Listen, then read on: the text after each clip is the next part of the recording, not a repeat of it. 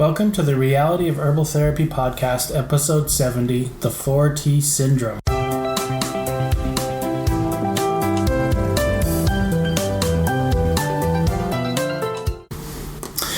Welcome to the Reality of Herbal Therapy podcast. So, with everything going on in the world, we kind of wanted to talk about one of the syndromes that Dr. James worked with the most, one of the ones that cause the most stress, and he actually gave some of the symptoms. So I'm going to read the symptoms to you from his book, Out of the Reality of Herbal Therapy. So it affects an estimated 99.9% of the population. Costs to treat are estimated to be 2/3 of the gross national product. There's no definitive cure, but inroads have been made in its treatment. No social, cultural, or economic group is immune. It drastically affects the decision-making process. Those afflicted have a fear of being considered not normal. They exhibit an unconscious attitude to have or to do everything that everyone else has or does. And in its advanced stage, the conviction of knowing everything there is to know. Their fantasy point of view has become fact to them. They show a marked intolerance of persons with differing opinions. And that is called 4T syndrome.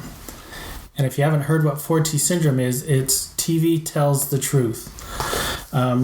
So right now in our world and everything going on, we're bombarded with just all sorts of things. So we wanted to talk about a little bit about how you can avoid the stress that comes along with that. In fact, Dr. James would have people come in to see him sometimes, and they would really have a whole lot of stress problems. They'd be really anxious, and in the last couple of months, I've really noticed a big increase in that with everything that's going on with coronavirus and the lockdowns and quarantines and things like that. And one thing that Dr. James always told him, and it made a night and day difference for almost anybody that would do it, is to turn off their TV. Just turning off the TV made a huge difference. Well, I think it's interesting today, though, because it's not just TV. So back when Dr. James wrote his book, TV was the main source of information. So the news channels or reading the paper and stuff like that. So TV brings a lot of information into the home. But nowadays, the internet brings in so much, and you get to hear so many varying opinions from all sorts of people. So whether so it's more like technology for the 4T syndrome now rather than just TV, because your technology brings so much into your home that otherwise would not normally be there. So if you're being fed the fear through your Facebook feed, whatever your friends are sharing in their Facebook feed or Twitter or wherever else that may be, that you're seeing things, it helps it to go viral. And which is funny with illness being in the air, that viral is a word we use for that, but it helps to bring it into our homes and to keep the stress in our homes up,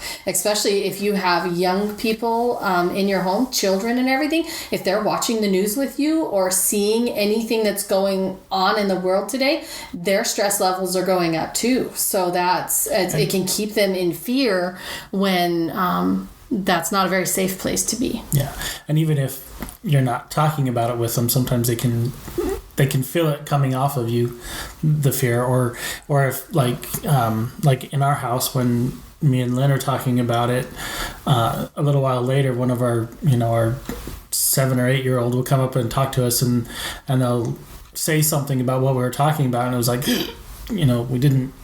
we didn't say it to scare them, but sometimes things like that can scare them.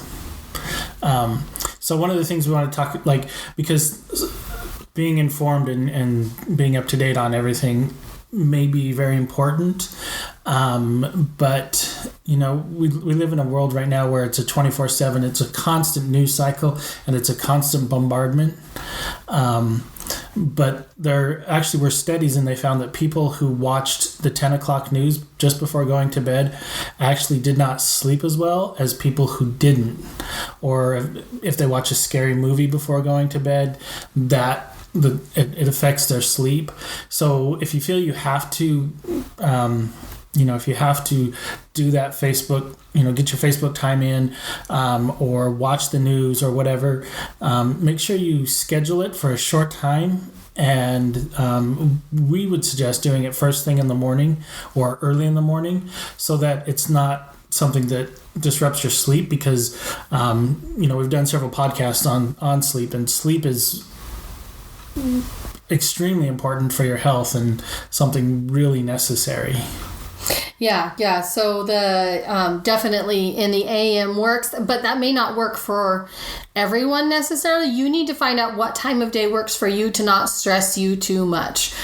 For me personally, when I get up early in the morning, like 5 a.m., that's not when I would do it. I would do it before noon, but closer to noon for me personally, just because then it's not controlling my day. It's after I already got started with my day rolling the way I want to. But some people, they need it first thing so they can make their decisions for the day. So you need to find out what time of day works best for you. But the studies definitely hands down show not to do it late in the evening. That just really, a kid that goes to bed on something stressful like that is more likely to have nightmares and anxiety and sleep problems, and happiness the next day will not be near as good if they were watching or hearing those kinds of things. So I know sometimes dinner time discussion can turn to something like that. I would actually suggest, so one of our counteractive things we can do, because we do have to keep up with everything that's going on in the world, a counteractive thing that can help to offset it and make it so it's not so negative in our home is at dinner time, instead of discussing like all the news of the day, do that at lunch or breakfast or something.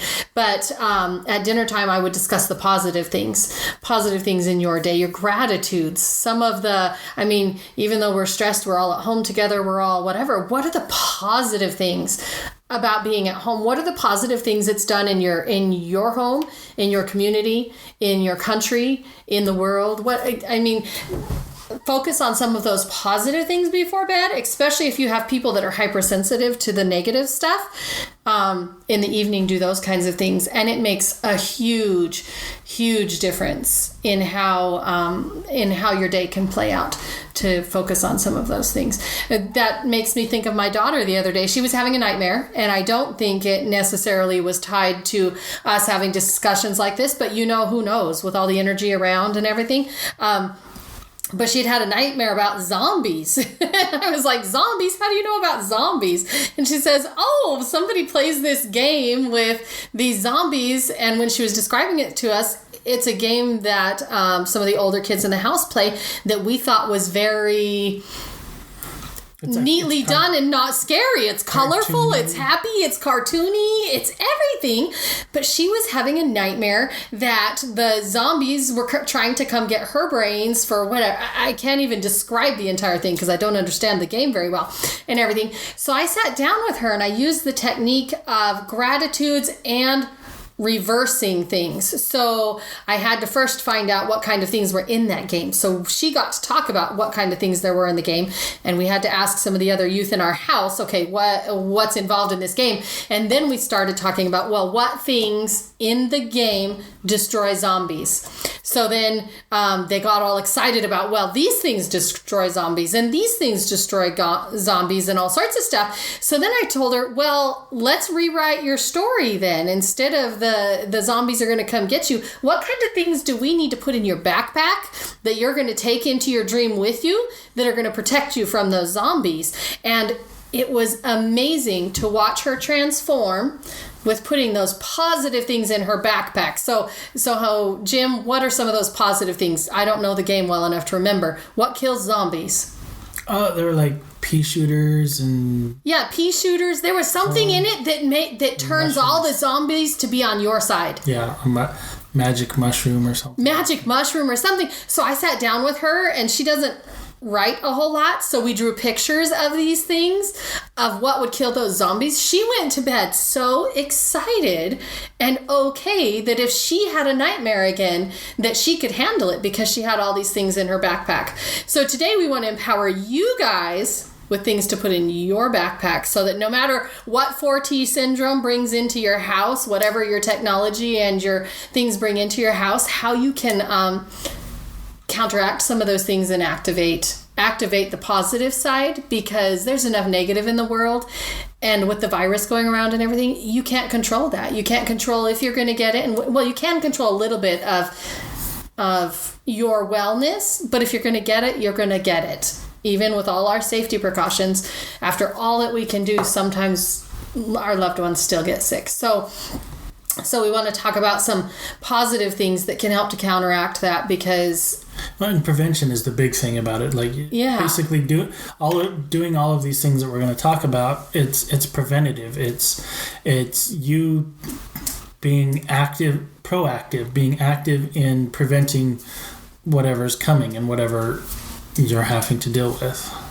Okay, so in starting talking about some of those things, I guess we have to kind of define what those scary things are. So for a lot of people, the most recent calls we've gotten, because some of the states in America have decided to open up and let people open up their stores or their businesses or go to the beach or whatever it is. They've decided to do that, and that stresses some people. They're like, why are they letting them do that? The virus is still around. Well, the virus is still going to be around for a long time. We can't stay locked up for forever. But so we've had to talk to some of them about what kind of things can they do to keep themselves safe, especially if they have family members that are in the category that it could really, really make them sick if they catch it. So what are some things that they can do to empower themselves and their families to stay safe, no matter what the government decides, no matter what the neighbor decides, no matter what is going on around them? And we have a list of some of the things that they have helped us to think of that work for them, and some of the things that we have been suggesting to people. So there's the things the government puts out and that everyone says, wear your masks, which is great because it takes you from a 70% possibility of getting it at Walmart down to a much, much lower number if you're wearing your mask and washing your hands. So wear your mask and wash your hands. Those are just a given. Keep yourself safe and healthy, and knowing the numbers on the news doesn't necessarily affect if I'm going to wear my mask today or not. I'm just going to wear it because I want to keep other people safe and keep myself safe. But then what are some of the other things that... Well, and also doing that, it's empowering to you to know that you're putting forth an effort. Mm-hmm. Just the mere fact of doing an effort. So another thing we talked about is curbside pickup. A lot of companies are really starting to do it. Some of the big box places have been doing it for a while. You can order online or call it in, and they can bring it out to your car, and you don't have to have any contact with anybody. Yeah. I had a friend that talked to me the other day, kind of something along those lines. She was really concerned and actually upset. She had been very, very stressed, many things on top of each other, but she had to go grocery shopping, and she was in the store, and she said people were so careless and bumping into her, and they weren't keeping the 6 feet distance and all sorts of stuff, and it totally drove her emotions through the floor. I mean, she just emotionally could not cope. And the things that it made me think of, because I know she was in one of the big box stores, is if she's truly that concerned, because she has a husband that she needs to be concerned about what she gets exposed to. If people are truly that concerned, order online. Walmart, I had never thought about using their curbside pickup. I don't even know if that's what they call it.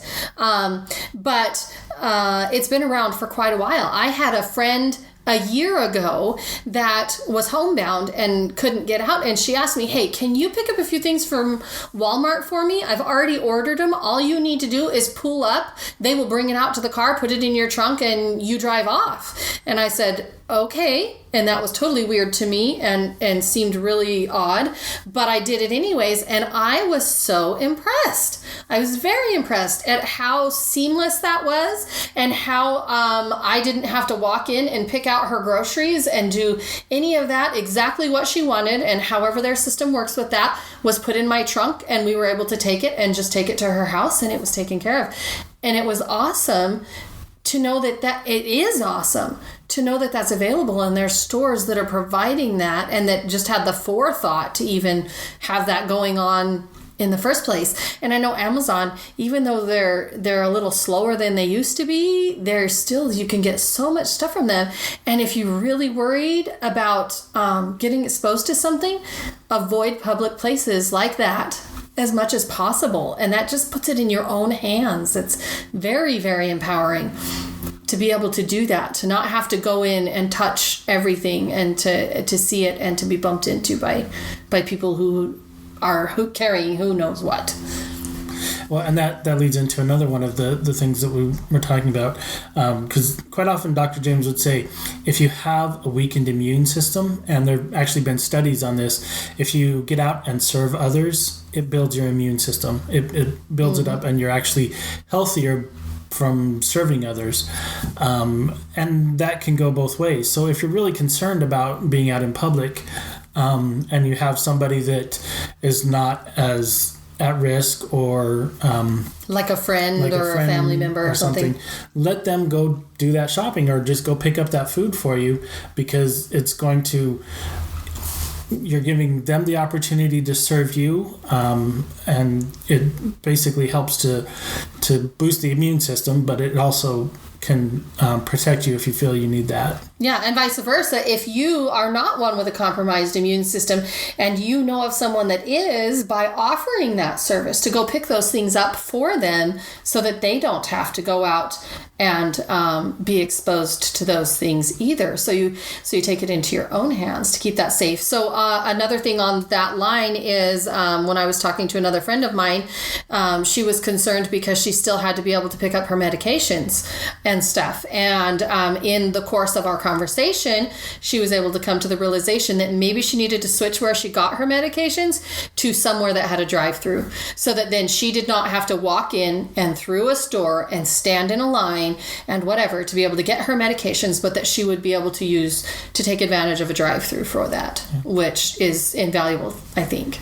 Well, it's like our daughter did that for a friend too. The friend had come down with bronchitis, and with everything going around, everybody's really concerned, and they checked her. She does not have coronavirus, but she needed the medicine for the bronchitis, but the doctor said, don't go into any stores, don't go into the pharmacy, don't. And so she was just at a loss at how to get that. So our daughter picked her up and drove her to the drive-up pharmacy to pick up her medicine. Yeah.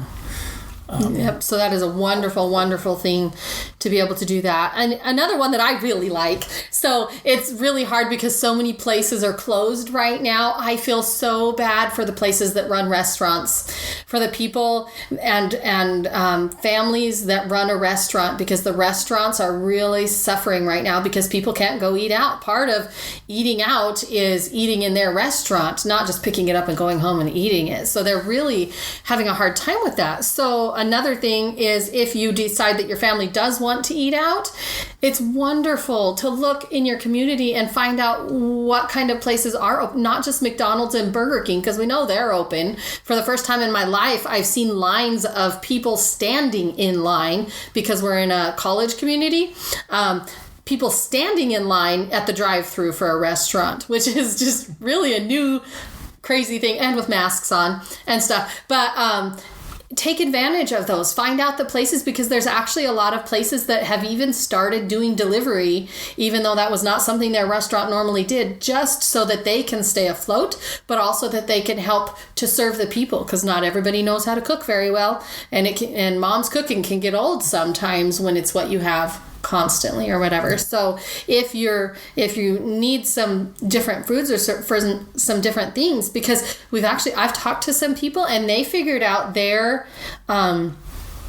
diet and their plan, and they could actually order a meal from a restaurant, instead of going into a grocery store, and they would divide up what they ordered, and it would last them like 3 days. So then they got this amazing meal already cooked and ready for them, and they love leftovers, and it provided meals for them, and it helped to support a local business. And so it was a win-win thing, and they weren't sick of just the same old food, and they didn't have to add that stress into their home of having to learn how to cook in a crisis. So I thought that was awesome. Dr. James had a client several years ago that had several health issues, and so he taught her about diet and how to change her diet, and she changed her diet, and it was amazing, and she did really, really well. And he says, I'm so impressed at how well you're cooking and doing that. And she's like, oh, no, I don't cook. We go out to the buffet every night. And he was just floored that even going to a buffet, right now we can't, buffets are closed because of everything. But if you do your research, you look around, there are places that you can properly food combine. You can get the right food, good food that is healthy for you from an eat out place. Yeah, yep, which is really, really awesome. It helps with emotional stamina. Now, on the lines of all of this, we're trying to keep ourselves safe going out in public, and then there's that 4T syndrome that Dr. James talked about with everything the TV tells us, everything.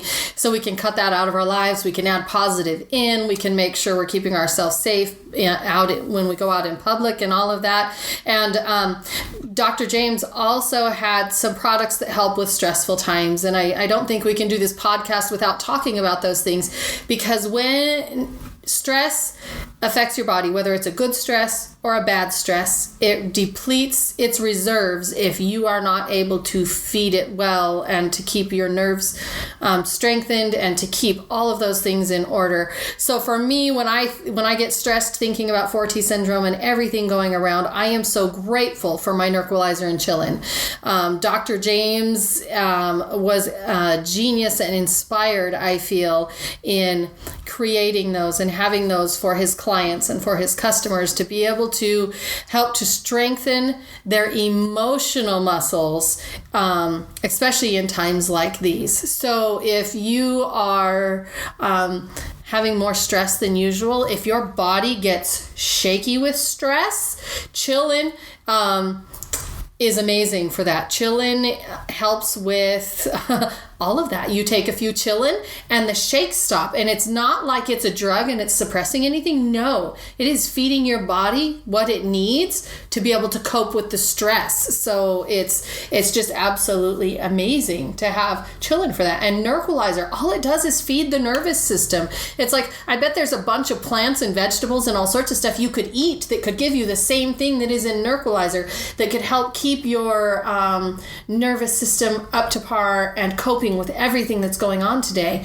But I'd really rather take a pill than to try and go find all those things. And I don't know if you've ever opened a capsule of Nerquilizer. If you've had Nerquilizer in your house, it does not smell very pretty. There are some herbs in there that I wouldn't want to have to eat plain. I am so glad they're in a pill. When Dr. James first started out, they were in a tea, and that did not taste yummy. That was pretty darn nasty. So the pills are amazing. So in your life and in all of these things to keep stress free, if you feel that you just need a little extra help and a little extra boost, the herbs do not suppress anything. They don't suppress desires. They don't suppress feelings. They don't suppress anything. They just give your body the nutrients that they need to be able to cope with things. Most of the drugs that help with stress suppress. It sticks it in a bucket over in the corner, but it is still there. It is still, as soon as the drug wears off, can come and be dumped back on you again. But with the herbs, it doesn't do that. So wherever you're at in your stress level in this wonderful time of learning and growth and stress, just adding that little extra after all that we can do is amazing. So I hope this has been helpful to you. Hope we've covered some things that are helpful. If you have any questions, we'd love to hear from you. We'd love input, and we will talk to you guys again.